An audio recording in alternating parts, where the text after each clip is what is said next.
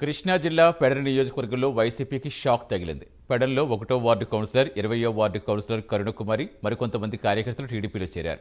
వీరందరికీ ఎమ్మెల్యే కాగిత కృష్ణప్రసాద్ కండువా కప్పి పార్టీలోకి ఆహ్వానించారు. కూటమి అభివృద్ధి బాటలో పాలు పంచుకుని ప్రజా సంక్షేమే ధ్యేయంగా పనిచేయాలని పిలుపునిచ్చారు.